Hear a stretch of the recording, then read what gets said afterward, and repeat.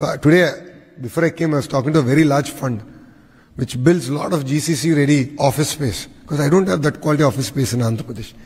Even in Vizag, I don't have. So I'm getting all of them. ANSR, I got Salapuri Sattva, and I'm getting this fund. I'm asking them all to build large office spaces, and they'll go promote for GCC. And I'm not saying we have won every battle that we have fought. I'm not saying we have won every battle, but we are willing to fight every battle.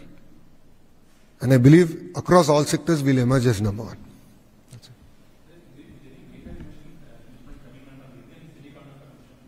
You will hear it. You will hear it, sir. అన్ని రహస్యాలు ఇప్పుడే చెప్పమంటే ఎట్లా? కొన్న ఉంచాలి కదా, మళ్ళీ మీ paper నింపాలి కదా స్వామి. ఎవ్రీడే ఉంటుంది మీకు అనౌన్స్మెంట్, అట్లా వదిలిపెట్టాం.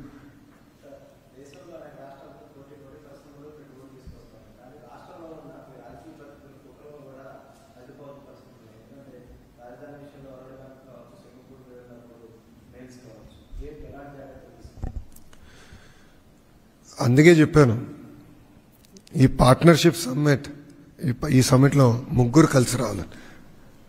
ప్రభుత్వం, పెట్టుబడులు పెట్టే కంపెనీలు, ప్రజలు. ముగ్గురు కలిసి వస్తేనే అనుకుంది మేము సాధించగలుగుతాం.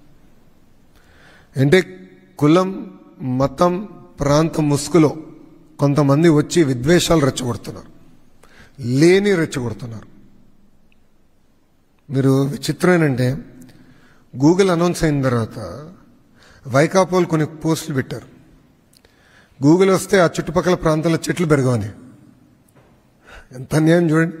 మళ్ళీ తర్వాత వాళ్ళ నాయకుడు అంటాడు, ఆయన పట్టుకొచ్చాడు అంటాడు. తర్వాత ఆఫ్కోర్స్ చాలా మాట్లాడాడు, ఎవరికి అర్థం అవ్వాలి, అది డిఫరెంట్ స్టోరీ. బట్ ఇక్కడ ఏంటంటే ప్రజల్లో కూడా చైతన్యం రావాలండి.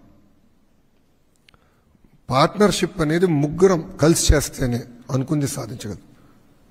ఈరోజు హైదరాబాద్ ఈ స్థాయికి వచ్చిందంటే ఆనాడు ప్రజలు అనుకూలంగా స్పందించారు కనుక వచ్చింది. శంషాబాద్ ఎయిర్పోర్ట్ ఏర్పాటు చేసినప్పుడు 5,000 ఎకరాలు ఆనాటి కాంగ్రెస్లో ఉన్న, ప్రతిపక్షంలో ఉన్న కాంగ్రెస్ నాయకులు వెళ్ళి ఎయిర్పోర్ట్కి భూమి లేవదని రెచ్చగొట్టారు. కానీ ఆ రోజు ప్రభుత్వం ఫిక్స్ చేసిన కాంపెన్సేషన్ ప్యాకేజ్ కానీ చేసిన విధానం, ప్రజల్లో తీసుకొచ్చిన చైతన్యం, ప్రజల్లో వచ్చిన చైతన్యం చూస్తే క్యూ గట్టి మరీ భూమి ఇచ్చెళ్ళారు. ప్రజలు క్యూ గట్టి భూమి ఇచ్చెళ్ళారు. ఈరోజు చూడండి ఆ శంషాబాద్ ఎయిర్పోర్ట్, రింగ్ రోడ్ చూడండి, జినోమ్ వ్యాలీ చూడండి, ఐటీ ఎకో సిస్టమ్ చూడండి. సో ప్రజల్లో కూడా ప్రజలు, ప్రభుత్వం, పెట్టుబడులు పెట్టే పారిశ్రామికవేత్తలు కానీ, ఎంఎస్ఎంఈ ఆంటర్‌ప్రెన్యూర్స్ కానివ్వండి, అందరం ముగ్గురం కలిసికట్టుగా వస్తేనే అనుకుంది సాధించగలుగుతాం.